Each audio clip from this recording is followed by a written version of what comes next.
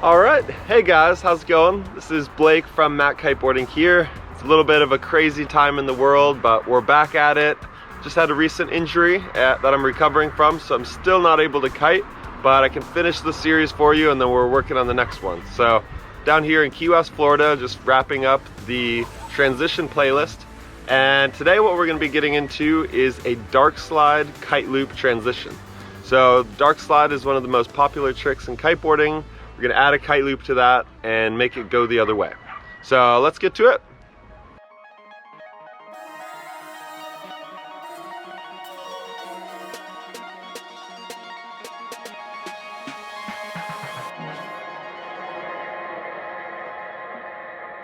Alright guys, so let's get into the steps of how to break down and accomplish a Darkslide kite loop transition. So this is pretty similar to a regular Darkslide. The big difference here is that rather than just doing the Darkslide, you're going to be doing a kite loop, which a lot of you may already do a kite loop, so then it wouldn't change much. The only thing that may change is the kite loop being now directed into a transition.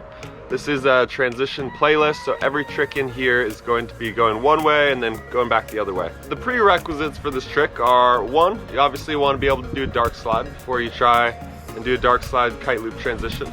The other one is that you know how to kite loop and do a kite loop transition. So rather than just going all out and trying a Darkslide kite loop transition right away, just make sure you understand how a kite loop works, loop it, and have the loop change directions for you. So just get comfortable with that. Step number one for a Darkslide kite loop is the pop.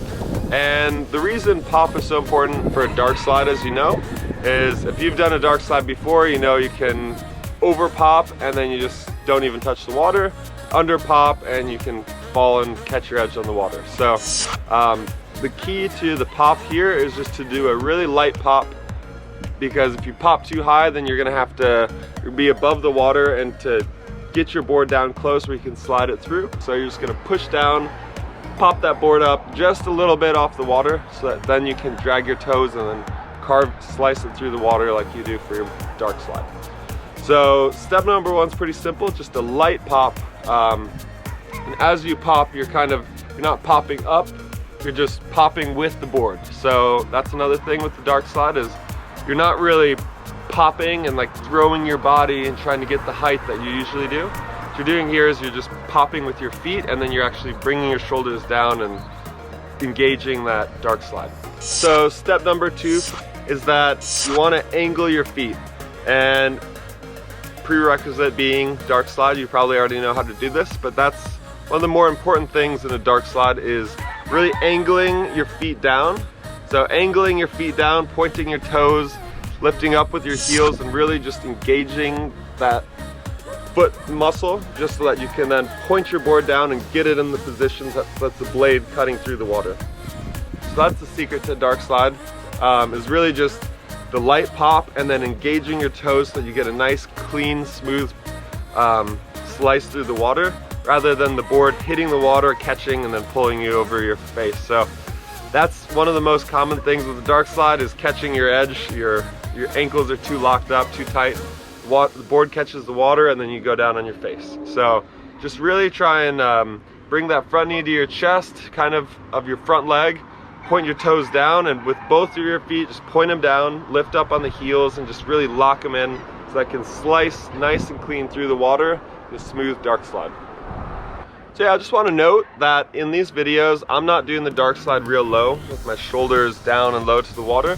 And the reason for that is because I'm doing a kite loop after, so I want enough time to then pull me out of the Darkslide and have catch some air with the kite loop. So the reason I'm doing these a little bit higher is just so that I can be a little bit higher out of the water to then have the kite loop pull me out. You see some guys and girls out there doing these Darkslides where they're dragging their shoulders and they're just getting so low to the water.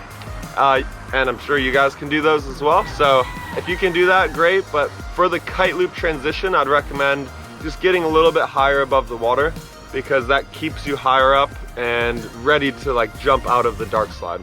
A lot of times when you get low like that, it's hard to have the kite lift you back up as high. So just for the sake of this trick specifically with the kite loop and being a transition, I've just been doing it a little bit higher. But props to you if you get down low and do it and you can kite loop out. That's impressive. So step number 3 is to sheet out on the bar.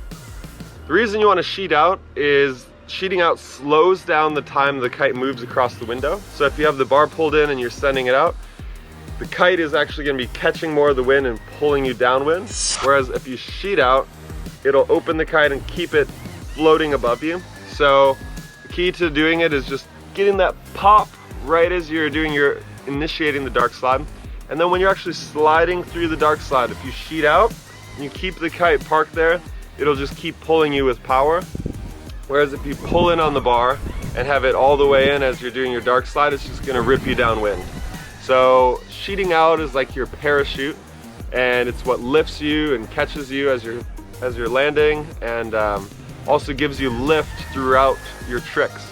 So if your kite is slowly transitioning from one side of the window to the other, and you have the bar sheeted out, it's gonna lift a little bit more because it's angled like this rather than this. And what that's gonna do is just give you more time to initiate your dark slide and then get ready for that kite loop. Once the kite reaches the other side of the window, that's when we're gonna start pull back in on the bar and then initiate that loop. So sheeting out on the bar is real important because it gives you that extra hang time, gives you extra slide through the water, and really just sets you up for that nice kite loop at the edge of the wind window. Alright guys, so I have a little bonus tip here. I've been learning a lot throughout my time filming these as well. And one thing I found is that if you keep your kite pulling you in the direction that you're going, you can dark slide a lot longer. Whereas if you have your kite here, you start your dark slide and then send it over, then your dark slide is going to end a lot sooner because your kite is going from one side to the other. Whereas if you start your dark slide, keep it here, initiate the dark slide and just real slowly transition it, then you can actually keep your dark slide going for a long time.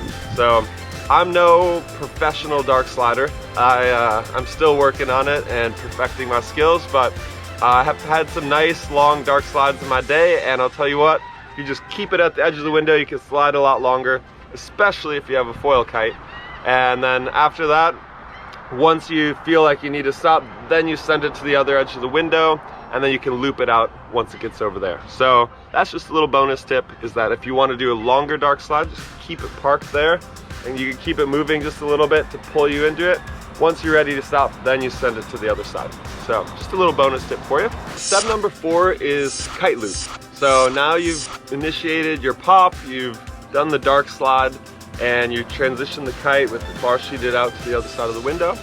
So as soon as your kite goes and you're dark sliding from one side of the window to the other, that's when you're gonna loop the kite, and that's when you're gonna initiate your kite loop. So starting out, I'd recommend looping the kite at the very edge of the window, just so it has the least amount of pull, and you can get comfortable with sliding as long as you can, and then looping the kite once it reaches near the edge. Loop it, just pull in on your backhand, push out on your front hand, hold it as the kite loops around, and hold it longer than you would for a regular kite loop, because your kite's going to be going this way. You're going to loop it around, but then you're going to have to change directions. Alright guys, I had to actually relocate because they started mowing the lawn and I was just getting in the middle of all this. So I relocated here to the nice Higgs Pier down in Key West, and we were on step number 4, which is looping the kite. So step number 4 is the kite loop, and for this trick you're really going to want to just, as soon as you've popped and you've done your dark slide, once the kite's at the other side of the wind window, that's what you're going to crank on your backhand, pushing and pulling with backhand hard, and then pushing out with your front hand. And as the kite loops, you're going to want to make it do a full rotation and then go the other direction. So this is like a kite loop and a half or a kite loop and a quarter, where you're going to you go in one way, jumping, looping the kite, and then having it redirect and go the other direction. So that's the biggest difference with the kite loop transition and a kite loop that's regular, is that you're actually just holding it a little bit longer before you sheet out on the bar, so that then it'll pull you in the direction that you want to go.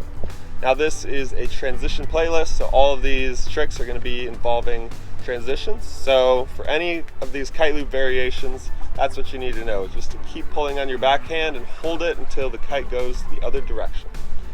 All right, so the more into kite loops you get, the more power you want to feel out of them. So when you start with this Darkslide, just do it at the edge of the window. But as you work your way up and get more confident, you can start pulling a little early, where it really like pulls you up and out of your Darkslide rather than just pulling you into your landing. So when you loop it at the edge, it has less power. When you loop it earlier, then it'll have a lot more pull and yank to your kite loop.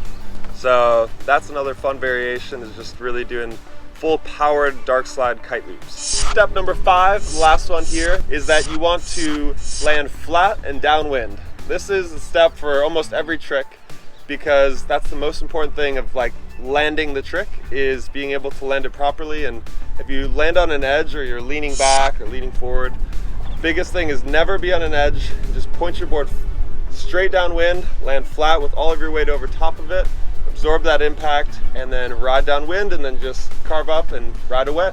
So that's the most important thing, is just to really get all of your weight as you're coming down, your shoulders over your knees over the board, going downwind, absorb that impact, pulling in. Hopefully the kite loop will catch you, and if not, it's okay. Just make sure to not land on an edge, because once you catch that edge, then it goes wrong. So that's it, guys. That's how you do a Darkslide kite loop transition. For this video, I was using a 9-meter orbit in Dakar, Morocco. We were testing them out for the first time at the North dealer meeting. So whatever kite you're using, just make sure it's a good looping kite. But when you loop it at the edge of the window, it doesn't make as big of a difference. But if you really want to get that yank and upward pull, then I'd recommend a kite specific to looping, and something smaller like a 9 or a 10 meter. So anyways, I hope you guys enjoy this video, and as always, if you do, let us know what you think. Give us a thumbs up and subscribe to our channel for more. If you want to check out the written blog, just click that eye icon in the top corner of your screen, and I hope you have a nice day and good luck with the Darkslide kite loop.